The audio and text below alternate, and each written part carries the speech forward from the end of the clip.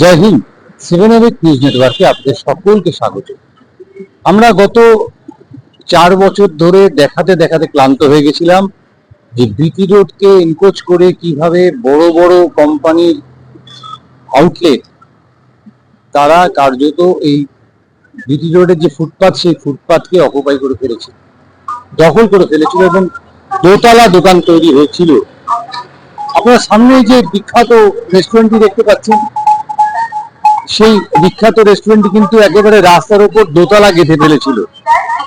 তার ধ্বংসাবশেষ এখনো আপনারা দেখতে পাচ্ছেন হয়তো, কিন্তু এখানেই একটা বিষয় যে প্রশাসন যদি ইচ্ছুক হয়, প্রশাসন যদি শক্ত হাতে রাজ ধরার চেষ্টা করে, তাহলে এটাও সম্ভব। এবং আমরা দেখতে পাচ্ছি আজকে যে সেই রেস্টুরেন্টে যে দোতলার অংশটি, সেই অংশটির কিন্তু ভাঙার কাজ শুরু হয়ে গেছে এবং অধিকাংশ দোকান, সেই দোকানগুলো কিন্তু সরিয়ে নেওয়া হয়েছে। এই সেই বিটি রোড এবং তার পাশে একটি বিখ্যাত হোটেল বা রেস্টুরেন্টের চেন, তারা এই ফুটের উপর দোতলা গেঁথে ফেলেছিল। আপনারা দেখতে পাচ্ছেন এখন সেই ফুটপাথটা ক্লিয়ার।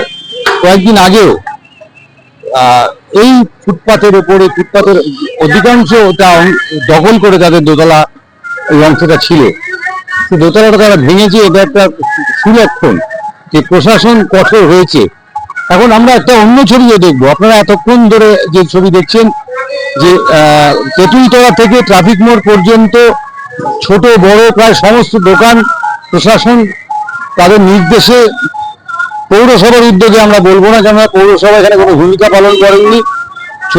ছোটখাটো দোকানদারেরা তাদের মানে সর্বস্ব পুঁজি লাগিয়ে যে সমস্ত কাজ দোকানগুলো করেছিলেন সেগুলো সরিয়ে নিয়েছেন এবং বড় দোকানদাররাও হয়তো প্রশাসনিক চাপে পড়েই তাদের যে বেআইনিভাবে তারা যে এনক্রোচমেন্ট করেছে রেখেছিলেন, দখল করে রেখেছিলেন, সেটাকে তারা সরিয়ে নিয়েছেন।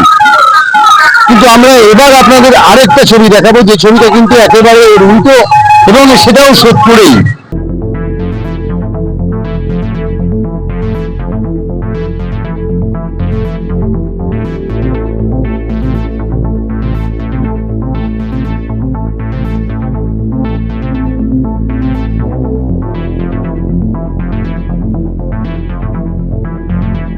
যে প্রশাসনিক তৎপরতা আমরা সোদপুর ট্রাফিক মোড়ের শ্যামবাজারগামী যে লেন, সেই লেনের ট্রাফিক মোড় থেকে তেঁতুলতলা পর্যন্ত আপনাদের এতক্ষণ দেখালাম, সেই তৎপরতা কিন্তু সেই একই ট্রাফিক মোড়ের যে অংশটা রাজা রোড, দত্ত রোড দিকে আছে। আচ্ছা, আমরা এই মুহূর্তে দত্ত রোডের মুখে দাঁড়িয়ে আছি। এখানেও একাধিক নাম করা হোটেল রেস্তোরাঁ একেবারে রাস্তা দখল করে রয়েছে। তাদের বিরুদ্ধে কিন্তু প্রশাসন এখনো পর্যন্ত কোনো ব্যবস্থা নেয়নি। আমাদের সবচেয়ে বড় প্রশ্ন এখানেই, যে একদিকে যখন ছোট বড় সমস্ত দোকানগুলোকে প্রশাসন উঠে যেতে বাধ্য করলো, তাদের ব্যবসা বন্ধ করতে, ছোটখাটো দোকানদারদের ব্যবসা বন্ধ হয়ে গেল, বড় দোকানদারেরা তাদের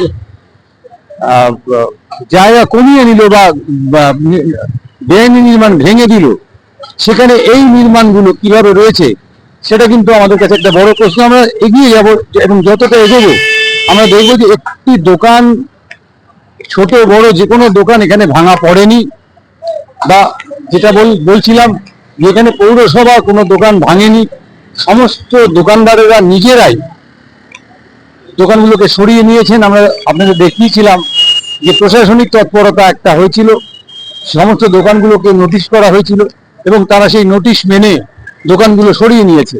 কিন্তু এপারে আসলাম যখন আমরা, অর্থাৎ এই দত্ত রোডের দিকে যখন আমরা এগিয়ে আসলাম, তখন কিন্তু তার ছবিটা সম্পূর্ণ বদলে গেল।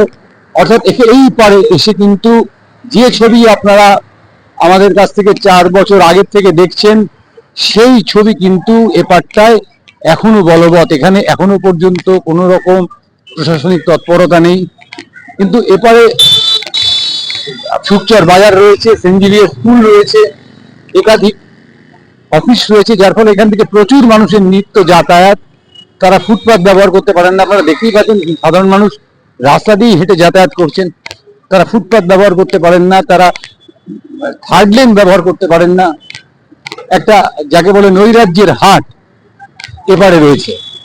এবং এই যে প্রশাসনিক বিচারিতা, এটাকে আমরা বিচারিতা খুব মানে আমরা দায়িত্ব নিয়ে বলছি যে একটা পারে ভাঙচুর, অন্য পারে ভাঙচুর নেই।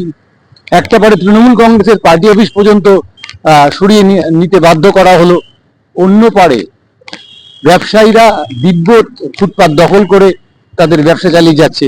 এটা বোধহয় সঠিক কাজ হচ্ছে না। রাজ্যে পালা বদলের পর শুভেন্দু অধিকারী মুখ্যমন্ত্রী তিনি প্রথম ঘোষণা করেছিলেন যে রাস্তাঘাটকে দখলমুক্ত করতে প্রশাসন যথোপযুক্ত ব্যবস্থা নেবেন। তারপরে আমরা দ্বারস্থ হয়েছিলাম আমাদের পানিহাটির বিধায়ক রত্না দেবনাথের, তিনিও বলেছিলেন যে রাস্তা দখলমুক্ত হবেই। সেই রাস্তা দখলমুক্ত হচ্ছে, এটা অত্যন্ত আনন্দের খবর।